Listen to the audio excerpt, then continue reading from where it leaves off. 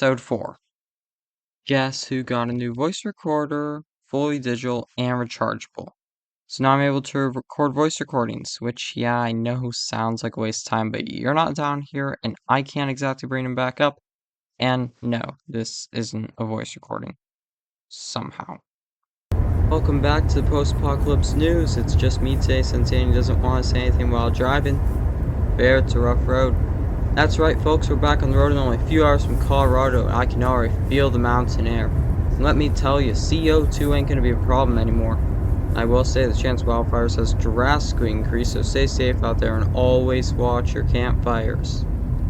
We just passed Pair Mountain lines. I'm gonna be honest when I say that enough of them might be able to take down a buffalo, if they ever meet each other, of course.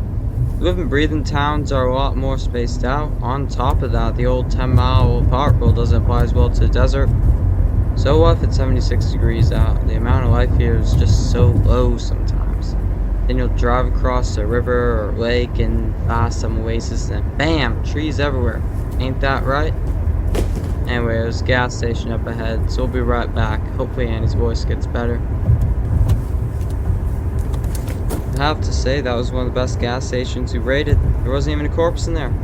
There were a few shrubs and things growing on the ceiling and some roots running down, which is always nice to see. Yeah, it looks like things might be looking up in Colorado. Tell them. Fine. We just got off the interstate for gas. Normal station, normal plants, normal procedure. We knocked before going in. No response. Inside there are bodies, tied in webs and slowly leaking into buckets. The skin that was exposed was drained and shriveling up, and the cocoons were so tight around what should have been normal bodies. The webs coated everything that weren't visible from the outside. Of course, we couldn't see whatever sort of spider thing was there, but we knew it had to be there, had to be somewhere. So we just stood there, back to back, weapons drawn, and we should have just left, but instead I thought it would be a great idea to grab what we could and try to burn the place down. A single flame to a dry web, right? Just tell them or I pull over. Why? Her movement in the background, I approached carefully, shotgun in hand. I knew the power of the thing, the recoil, devastation. Please, Annie, can we not talk about this? Can we just go to Colorado? Annie yelled, and I looked over to see who was attacking her. Her gun knocked out of her hands, and I chose the right thing. I ran across the aisles and shot.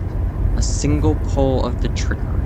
Blood everywhere, and a massive hole in it as it wailed, screamed, and died.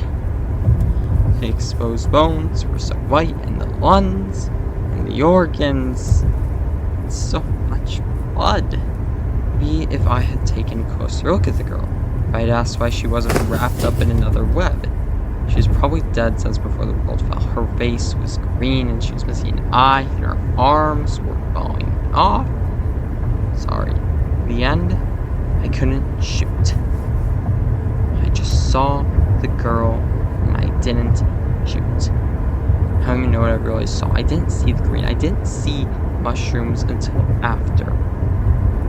I would have died. I would have gotten you, but you drew that stupid boot knife and cut the girl's throat, and then you picked up your gun, and I didn't move a muscle as the blood and the exoskeleton splattered all around me. My ears were still ringing when you pulled me there.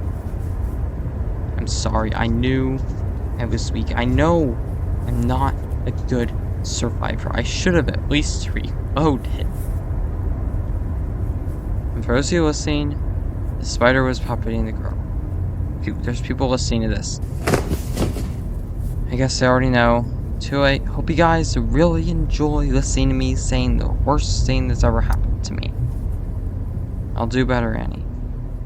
I'll do better. The girl is already dead. It's not your fault. Thanks. That means a lot. Another false lead.